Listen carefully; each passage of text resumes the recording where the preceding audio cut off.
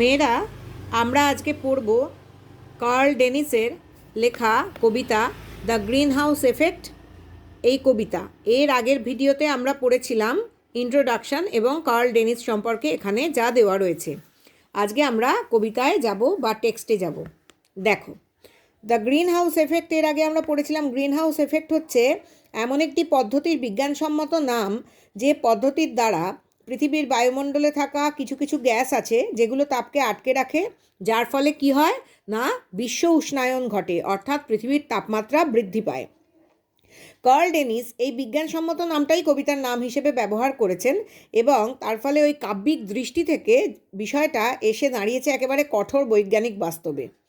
এবং সাধারণ মানুষ বিষয়টিকে পুরোপুরিভাবে বুঝে ওঠার আগেই কার্ল ডেনিস কিন্তু এই কবিতাটা লিখে গেছেন আমাদের পরিস্থিতি বোঝানোর জন্য।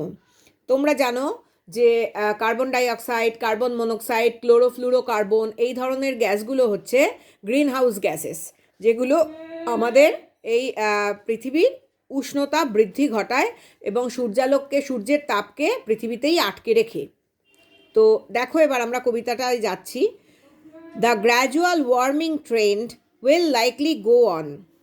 গ্র্যাজুয়াল অর্থাৎ ক্রমশ, পৃথিবী যে আস্তে আস্তে উষ্ণ হয়ে উঠছে তার ধারা সম্ভবত চলতেই থাকবে, অর্থাৎ পৃথিবী ক্রমাগত উষ্ণ হয়ে উঠতেই থাকবে। And the grain belts, grain মানে হচ্ছে শস্য, গ্রেন বেল্টস হচ্ছে শস্য উৎপাদনের যে সমস্ত এলাকাগুলো রয়েছে। দেখবে তলায় তোমাদের এখানে 1 নম্বর দিয়ে যে পয়েন্টটা লেখা আছে, geographical areas known for its extensive cultivation of grains often forming a large agricultural zone. অর্থাৎ ভৌগোলিক যে সমস্ত এলাকাগুলো পরিচিত প্রচুর পরিমাণে চাষের ফলে শস্য উৎপাদিত হয়, যেখানে বিশেষ করে একটা বড় চাষযোগ্য এলাকা গড়ে তোলে, যা তাকে বলা হয় গ্রেন বেল্টস, যেখানে শস্য উৎপাদিত হয়। এই শস্য উৎপাদনের এলাকাগুলো কি হবে দেখো, যত উষ্ণায়ন বাড়তে থাকবে বা পৃথিবীর তাপমাত্রা বৃদ্ধি পেতে থাকবে, begin to slide closer to the polls. আস্তে আস্তে এই শস্য উৎপাদনের এলাকাগুলো পিছলে সরে যেতে থাকবে পৃথিবীর মেরু অঞ্চলের দিকগুলোতে, অর্থাৎ উত্তর মেরুর দিকে এবং দক্ষিণ মেরুর দিকে পিছিয়ে যেতে থাকবে। বিগিন টু স্লাইড, পিছলে সরে যেতে থাকবে। The plain states, plain states কথাটার মানে হচ্ছে আমেরিকার 10টা রাজ্য যেগুলো সমতল ভূমিতে অবস্থিত। কোন কোন রাজ্যগুলো? Montana, North Dakota, South Dakota, Wyoming, Iowa, Nebraska, Colorado, Kansas, Oklahoma এবং টেক্সাস। এই 10টি রাজ্য সমতল ভূমিতে অবস্থিত, সেইগুলির কথা এখানে উল্লেখ করেছেন। দ্য প্লেন স্টেটস, সমতল রাজ্যগুলি, উইল বি অ্যাবান্ডান্ড, পরিত্যক্ত হয়ে যাবে, আর বাসযোগ্য থাকবে না বলে। কেন বাসযোগ্য থাকবে না? অ্যাজ জায়ান্ট ডাস্ট বোলস, এগুলো বিরাট বিরাট ধুলোর বাটিতে পরিণত হবে। ধুলোর বাটিতে কেন পরিণত হবে?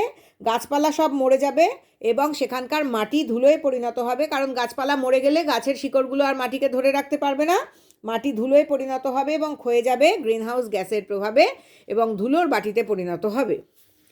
গ্রিনল্যান্ড অ্যান্ড অ্যান্টার্কটিকা, গ্রিনল্যান্ড হচ্ছে উত্তর মেরুর কাছাকাছি এমন একটি দেশ, বড় একটা দ্বীপ, বৃহত্তম দ্বীপ। হ্যাঁ, এই বৃহত্তম দ্বীপ অঞ্চলটি অত্যন্ত ঠান্ডা, এখানে চাষ হয় না। অ্যান্টার্কটিকাও তাই, দক্ষিণ মেরুর যে দেশটি, যেখানে প্রচণ্ড বরফে ঢাকা থাকে, চাষ হয় না। কিন্তু কবি বলছেন Greenland and Antarctica will join the new great powers. Greenland এবং অ্যান্টার্কটিকা কেন, এটার মধ্যে একটা অন্তর্নিহিত অর্থ আছে। সেটা হচ্ছে গ্রিনল্যান্ড এবং অ্যান্টার্কটিকা চাষ হয় না, বরফে ঢাকা থাকে, কিন্তু এখন যা পরিস্থিতি দেখা দিচ্ছে, ক্রমশ বিশ্ব উষ্ণায়নের ফলে দেখা যাবে যে সারা পৃথিবীতে সমস্ত বরফ গলে যাচ্ছে এবং তার ফলে গ্রিনল্যান্ড অ্যান্টার্কটিকাতেও বরফ গলে যাবে এবং সেখানে চাষ হবে। চাষ হলে তখন তারা মহাশক্তিধর হয়ে উঠবে এবং মহাশক্তিধর দেশ, নতুন দেশ হিসেবে মহাশক্তিধর দেশের জোটে যোগ দেবে। Even if we play them off against each other, যদি আমরা ওই দেশগুলোকে একে অপরের বিরুদ্ধে লড়িয়েও দিই, ফর মোর এড, আরও বেশি সাহায্য পাওয়ার জন্য,